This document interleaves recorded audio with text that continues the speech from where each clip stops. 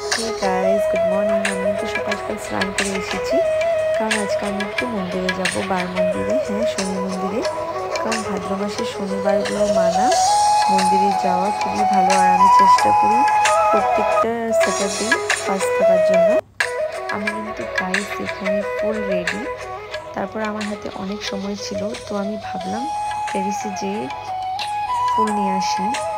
যে ফুলটা নাকি পাট ঠাকুরকে দেওয়াটা দরকার, নীল ফুল বা নীলকণ্ঠ ফুল, সেই ফুলটা কিন্তু আমাদের ছাদে অনেক আছে।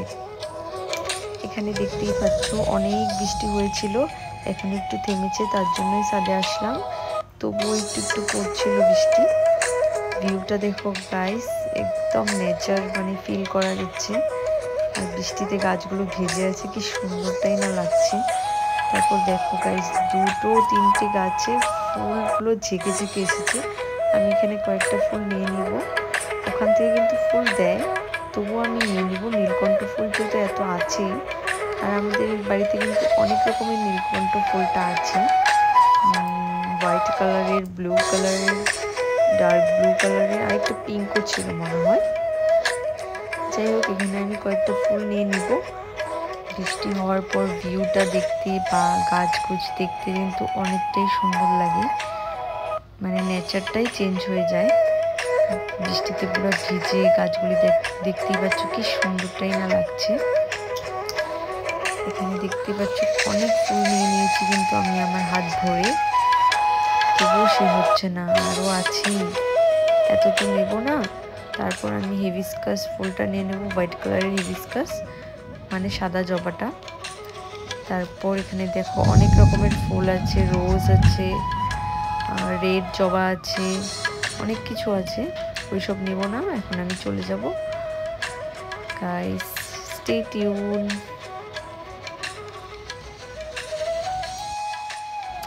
এখানে দেখো গাইস, আমাকে নিতে এসেছে আমার বর, এখন আমি যাব।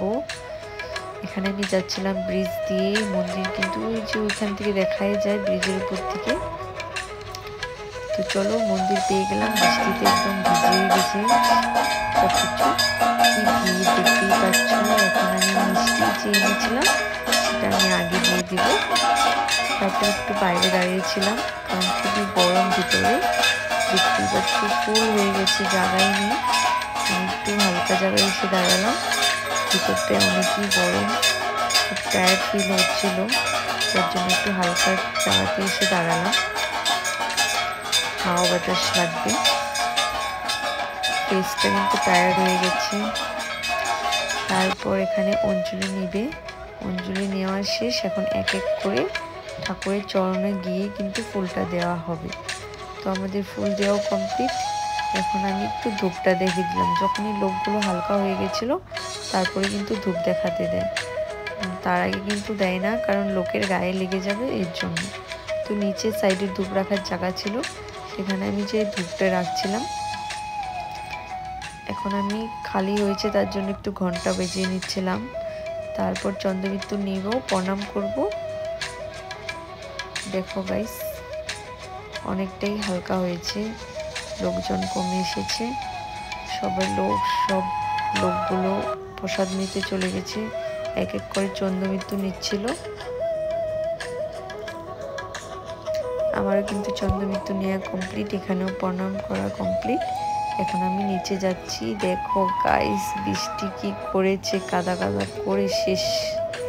এখন আমি প্রসাদ নেব, এখানে খাবো না, বাড়ির সবাইকে দিব, তারপরেই খাবো। Tata guys, see you in next video.